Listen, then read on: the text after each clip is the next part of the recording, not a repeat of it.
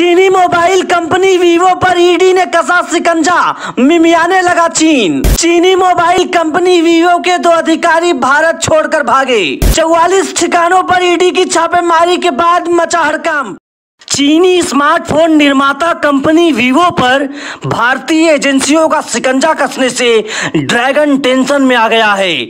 चीन की चिंता इस वक्त इतनी बढ़ चुकी है कि वो बिलबिलाते हुए भारत को भरोसा घटने की दुहाई तक देने लगा है। दरअसल मनी लॉन्ड्रिंग से जुड़े मामले के चलते वीवो प्रवर्तन निदेशालय की रडार पर है। मंगलवार 5 जुलाई को ईडी ने वीवो के विरुद्ध बड़ी कार्रवाई करते हुए उसके देश भर में मौजूद 44 शाखाओं पर छापे मारे। वीवो पर आरोप लगे हैं कि वो धन शोधन मामले में शामिल है। वीवो के विरुद्ध यह कार्रवाई धन शोधन निवारण अधिनियम के तहत की गई। 5 जुलाई को प्रवर्तन निदेशालय ने दिल्ली, उत्तर प्रदेश, बिहार और मध्य प्रदेश समेत कई राज्यों में वीवो के ठिकाने पर छापे मारे थे। यह छापेमारी उसी मामले में हुई जिसकी सीबीआई द्वारा जांच पहले से ही जारी है। आरोप है कि भारत में स्थित चीनी कंपनियां धन शोधन के मामलों में लिप्त हैं। ईडी को शक है वीवो द्वारा भारत में अवैध रूप से बिजनेस कर पैसों की हेराफेरी की गई।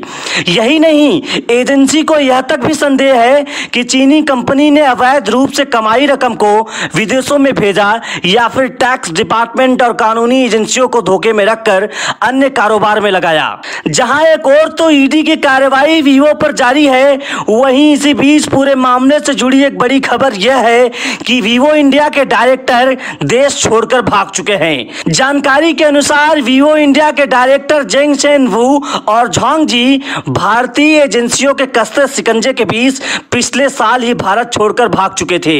यहां ध्यान देने वाली बात यह है कि पिछले साल ही वीवो पर इसके स्वामित्व और वित्तीय गड़बड़ी के मामले में जांच के आदेश दिए गए थे।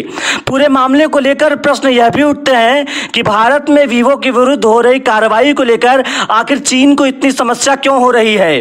भारतीय जांच एजेंसियों की कार्रवाई से आखिर चीन क्यों इतना घबरा गया कि उसके विदेश मंत्रालय को आगे आकर जवाब देना पड़ा। वहीं दूसरा प्रश्न यह है कि आखिर वीवो भारत में ऐसा क्या खेल चला रहा था जो जांच एजेंसियों की रडार पर आते ही उसके डायरेक्टर यू भारत छोड़कर भाग खड़े हो गए।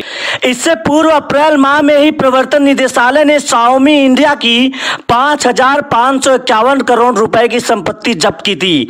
Xiaomi के विरुद्ध यह कार्रवाई विदेशी मुद्रा प्रबंधन अधिनियम 1999 के तहत की गई थी। इसके अलावा दिसंबर 2021 में आयकर विभाग ने वीवो, ओप्पो समेत कई चीनी स्मार्टफोन कंपनियों के ठिकाने पर छापे मारे थे। तब आरोप यह लगाए गए थे इन कंपनियों पर भारत के वीजा नियमों का उल्लंघन करने के साथ ही टैक्स चोरी के भी आरोप लगे थे। गौर करने वाली बात यह भी है कि केवल भारत ही नहीं, अन्य भी देशों में चीनी कंपनियों पर भ्रष्टाचार के आरोप लग चुके हैं। इस कारण ही यूरोप और अमेरिका में कई चीनी कंपनियों को ब्लैकलिस्ट भी किया जा चुका है।